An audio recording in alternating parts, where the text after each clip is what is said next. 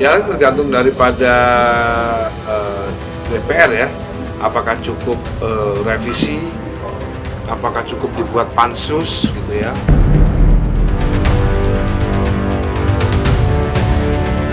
Yang saya lihat dari laporan-laporannya sejauh ini memang ada perubahan yang lumayan signifikan ya dari LMKN. Intinya itu, kenapa sih takut bayar royalti?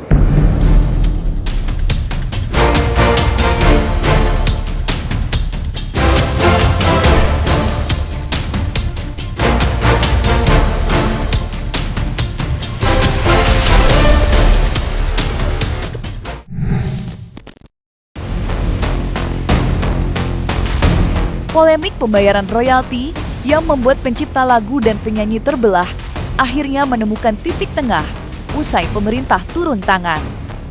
Wakil Ketua Komisi 3 DPR RI, Sukmi Dasko, memimpin pertemuan dengan sejumlah musisi tanah air seperti Nazril Irham alias Ariel, Satrio Yudi Wahono alias Piu, Ahmad Dhani dan Lembaga Manajemen Kolektif Nasional LMKN sepakat mengakhiri konflik royalti.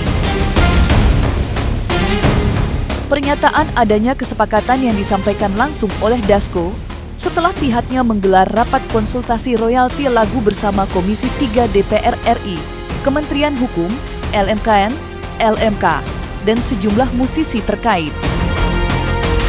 Kabar adanya kesepakatan tentu menjadi kabar yang mengembirakan setelah berbulan-bulan lamanya polemik royalti tak kunjung menemui titik temu.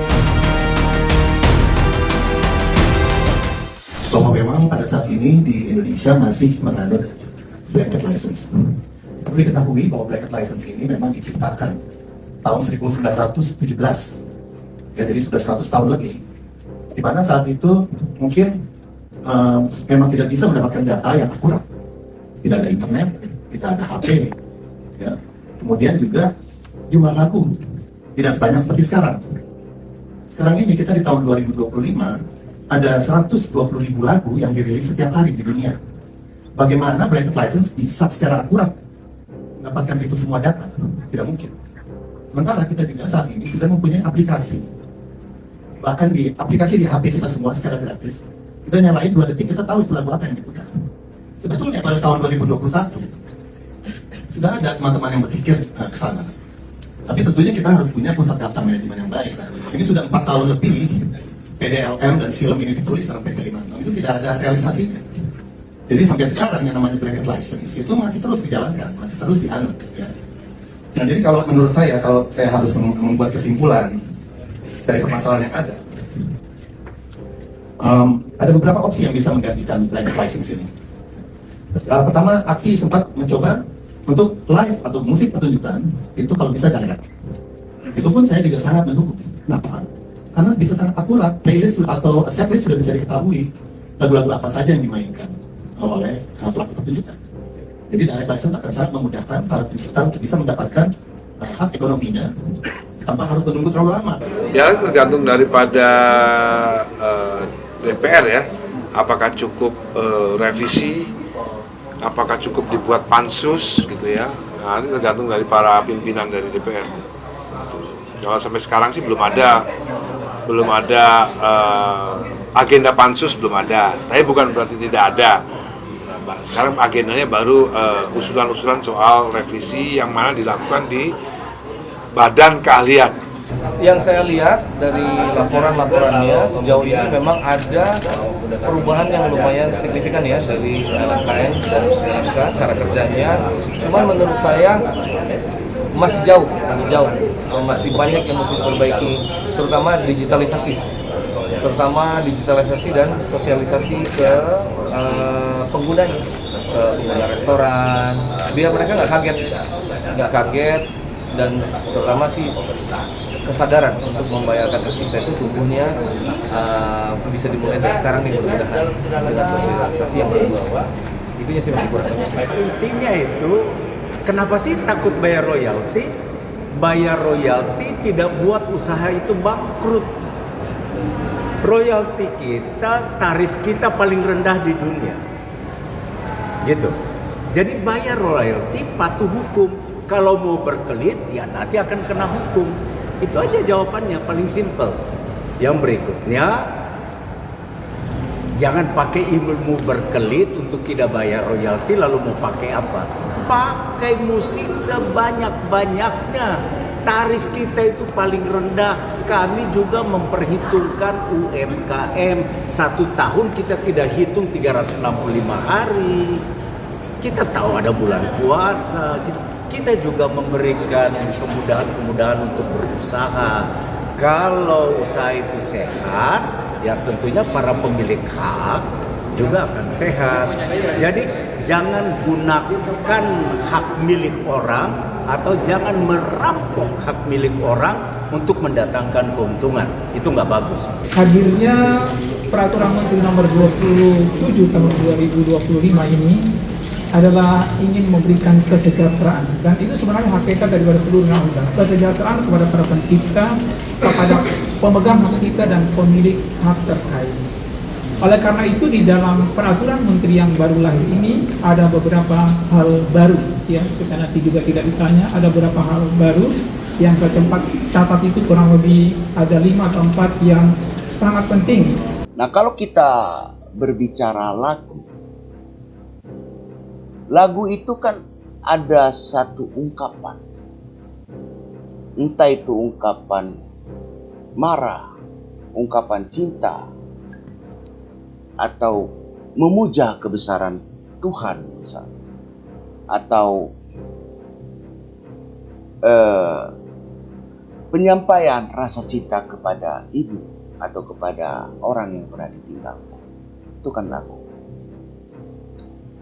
Jadi secara filsafat, ya, baik dalam kajian ontologi, epistemologi, atau aksiologi, tentu bisa dipertanggungjawabkan.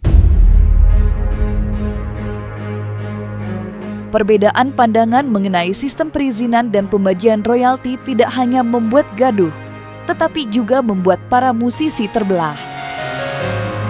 Ahmad Dhani bersama Piu selaku pencipta atau komposer mendeklarasikan aksi alias Asosiasi Komposer Seluruh Indonesia. Sementara, para penyanyi yang digawani Arman Maulana dan Ariel Noah membentuk visi. Menanggapi polemik para musisi yang tergabung dalam aksi dan visi, penyanyi Carly Van Houten buka suara. Mantan vokalis band ST12 itu menulis surat terbuka di media sosialnya yang ditujukan untuk Ahmad Dhani dan Ariel. Pesan terbuka untuk kubu Ariel dan kubu Ahmad Dhani yang saat ini berseteru. Sepertinya sudah waktunya bagi para pelaku industri musik, termasuk para musisi dan seniman, untuk diruat massal. Bukan ruat dalam arti mistis, melainkan ruaran batin dan pikiran, agar jiwa-jiwa yang terjebak dalam ego, konflik, dan urusan esensi seni bisa kembali pada kemurnian sejati seorang musisi. Tulis Charlie baru-baru ini. Saya harapkan ya ada lintas kementerian yang bisa memberikan solusi, ya, dan juga dari pihak Lembaga Manajemen Kolektif Nasional dan LMK bisa semakin terbuka dan juga transparan supaya publik percaya nih. Kewajiban juga dengan pemilik dan juga manajemen untuk disiplin, ya kan. Jangan sampai akumulatif jadi nanti dampaknya membesar, karena memang nilainya kan juga sebetulnya tidak terlalu besar, hanya karena akumulatif daripada ketidakdisiplinan daripada pemilik resto akhirnya membengkak. Jadi mudah-mudahan inilah disiplin untuk bisa melaporkan. Berarti saya lagu-lagu ini yang diciptakan sendiri boleh dinyanyikan? Boleh lah. Membayar royalti ya, Mi? Mi, apa kan imbasnya itu ke masyarakat takut untuk membawakan lagu-lagu Indonesia nih, Mi? Enggak. Ya, pokoknya disiplin aja untuk LMK. Akar utamanya itu adalah memang sistem tata kelola yang memang kami rasa memang belum bisa memenuhi hak dari para pencipta lagu. Masalahnya di situ, tata kelola. Nah, tata kelola ini kan sesuatu hal yang baku sebenarnya, yang sudah dijalankan. dan akhirnya menjadi pembenaran ketika banyak orang menganggap bahwa menggunakan lagu tanpa izin itu benar gitu loh. Menggunakan lagu tanpa izin itu diperbolehkan. Padahal sebenarnya menurut undang-undang tidak seperti itu. Undang-undang Hak Cipta itu menjelaskan di situ disebutkan bahwa untuk menggunakan karya itu harus mendapatkan izin dari penciptanya. Izin berbuah kepada ketika digunakan secara komersil berbuah kepada pembayaran royalti. Nah, kalau itu tidak dilakukan, tidak dipenuhin kewajibannya untuk membayar royalti, ya para pencipta atau para pemilik hak cipta ya pasti akan bersuara. Kenapa ini undang-undang udah ada? Hak kami sebagai warga negara juga ada di sini. Kami sebagai pemilik karya cipta ini kenapa kok tidak dipenuhi haknya? Jadi ya itu sebenarnya. Semua itu kan sebenarnya udah ada aturannya, udah ada undang-undang hak ciptanya, udah ada undang-undang hak cipta nomor 28 tahun 2014 itu semua udah mengatur untuk menggunakan karya atau untuk mengeksploitasi karya itu ada izinnya, ada lisensinya, dan berakibat ketika lagu itu dieksploitasi secara komersial ada hak ekonominya juga. Jadi ketika ada hak ekonominya dipakai ya ingatlah sama yang pemilik hak ciptanya, itu muncullah royalti gitu. Tapi kalau untuk digunakan secara gratis, secara buat arisan, buat ngamen dan segala macam nggak perlu ada begitu. Gunakan aja ciptaan itu sebanyak-banyaknya. Trust issue-nya ini udah gede ya, isu ketidakpercayaan ini udah sangat besar. Jadi menurut saya sudah saatnya LMK dan LMKN ini menurut saya kalau tidak bisa melaksanakan tugasnya dengan baik, lebih baik dibubarkan. Itu. Dan diganti dengan teknologi dan metode yang baru, atau perlu mungkin dan kelembagaan yang baru, supaya kelembagaan ini lebih transparan, digitalisasinya jalan, dan semua berkesempatan untuk ngecek penghasilannya berapa sih. Karena selama ini laporan tidak transparan. Bayangkan aja ya, saya aja dapat laporan royalti tahun lalu, kuarter kedua itu 494.000. Sebenarnya sekarang sudah lebih terbuka ya, lebih jelas. Memang masalah hak cipta ini kita harus belajar sama-sama. Makanya ini sebenarnya yang dibutuhkan tuh diskusi, terus sosialisasi paling penting juga buat masyarakat.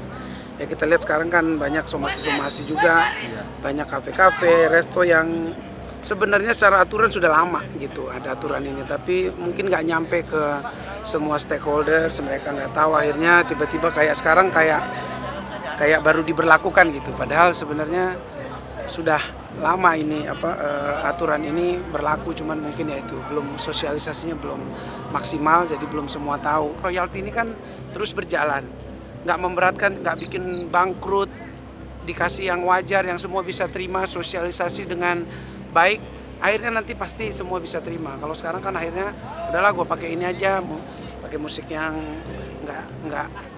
nggak kena copyright gitu. Ada juga teman-teman musisi aja masih banyak yang mau membebaskan lagunya, padahal secara sistem tuh semuanya udah diatur gitu. Itu karena informasinya tuh masih belum pada paham semua gitu. Jadi ada baiknya memang kementerian sudah bicara, DJKI juga udah bicara, kita dari visi aksi juga ya terus menyuarakan ini supaya nanti semuanya paham, begini loh aturannya, yang bayar ini, skemanya seperti ini. Nanti hal-hal yang mungkin kayak UMKM mungkin perlu dibicarakan lagi supaya ranah-ranah yang tidak masih merangkak banget usahanya gitu, tapi pakai musik buat ini semua PR gitu loh, yang supaya ya sama-sama kita memberikan solusinya. Ini aturan itu harus berlaku untuk semua orang gitu, nggak bisa ini teman kita yang gini-gini tuh nggak. Aturan tuh kayak lalu kita di lampu merah nggak pakai helm, mau siapapun dia, mau presiden, mau apa, aturannya sama gitu loh. Itu yang makanya kita harus benahin aturannya. Klasifikasinya apa yang bayar, ya enggak apa, mau teman mau enggak dia punya restoran, kita juga dulu punya restoran. Mungkin kan sekarang baru tahu tuh, 160.000 satu kursi restoran. Berarti kalau 100 kursi dia 160 dikali 100 kursi dikali 365 hari 1 tahun. Kira-kira 4.180.000 atau 4.300 something. Ya untuk usaha-usaha yang memang dia jalan dari sini, menurut aku sih hak untuk pencipta ini wajar gitu. Sekarang pertanyaannya, LMK ini dia itu untuk membantu mengkolek royalti pencipta atau untuk membantu mengkolek royalti pemerintah? Hah? Lalu buat apa ada suatu lembaga yang lahir untuk menjadi alat bantu pemerintah? Karena pemerintah kan nggak masuk di area ini. Dia hanya mengatur regulasi. Buat apa dibantu? Buat apa LMKN membantu alat pemerintah terus mengontrol LMK? Ya. Jadi ini juga sudah pernah di tempat yang sama ini, di tanggal 28 kemarin itu saya sampaikan juga.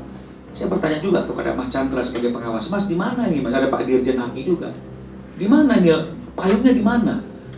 Kan tidak mungkin ada aturan yang di bawah undang-undang mengatur sesuatu yang tidak pernah disebutkan dalam undang-undang. Nah, jadi itu penjelasan saya tentang alat bantu pemerintah tadi itu.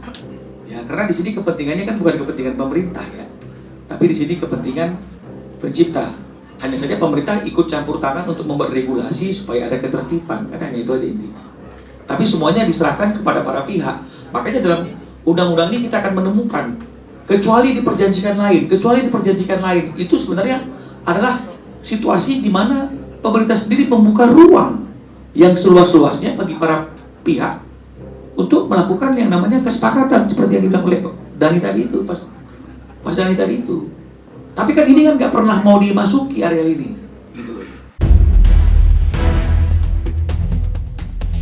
Ranah hiburan tidak hanya sedang diguncang mengenai hak royalti yang dipermasalahkan sejumlah musisi, tetapi juga polemik undang-undang hak cipta. Minimnya penyelesaian secara kekeluargaan berujung pelaporan. Salah satunya Yoni Dores dengan Lesti Kejora. Ya, Yoni Dores telah melaporkan Lesti Kejora ke Polda Metro Jaya. Lantas, sudah sampai mana perkembangan kasus tersebut? Dan benarkah dalam waktu dekat Lesti Kejora akan dilakukan pemeriksaan sebagai terlapor? Ya, itu dia. Menurut saya permasalahannya adalah di pernyataan awal. Pernyataan awal setelah persidangan Agnes itu ya. Ya menurut saya itu nggak jelas, terlalu singkat untuk bisa dipahami oleh masyarakat luas. Sehingga itu tadi ada orang-orang yang tidak terlalu mengerti, sehingga terus mereka beraksi gitu. Beraksinya salah satunya ini pencipta lagunya yang dinyanyikan oleh Lesti, kan dia menagihkan ke Lesti pada saat Lesti menyanyikan lagu itu di stasiun TV. Sedangkan sebenarnya kan yang seharusnya membayarkan adalah di stasiun TV-nya. Ataupun kalau Lesti pada saat dia ini terakhir ya, pada saat dia bernyanyi direkam oleh orang lain ditaruh di YouTube, kenapa mesti Lesti yang bayar kan sebetulnya? Membayar kan mestinya pihak yang mengupload itu dia nggak punya hak sebetulnya, apalagi IP-nya Lesti sendiri dia nggak punya hak sebetulnya. Sebenarnya Lesti sendiri bisa menuntut tuh ke orang yang upload di YouTube sebetulnya.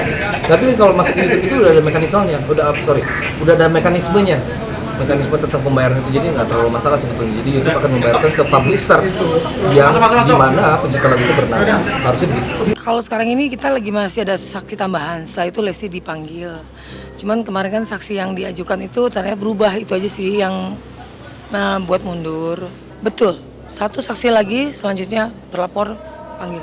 Pak Yoni itu sudah mempersiapkan semuanya. Kita sudah mempersiapkan sampai pengadilan, sampai di persidangan. Sudah siap tempur, karena kan Mbak Lestinya tidak merasa bersalah. Jadi ya sudah kita siap tempur. Saya sebagai wakilnya Pak Yoni kan juga sudah membuka pintu perdamaian. Tapi ternyata mereka diam saja, jadi oke, kita siap tempur. Kita juga masih menunggu, Mbak. Masih belum tahu kapan akan dilakukan proses pemeriksaan, kapan undangannya. Kita juga masih sampai saat ini masih menunggu.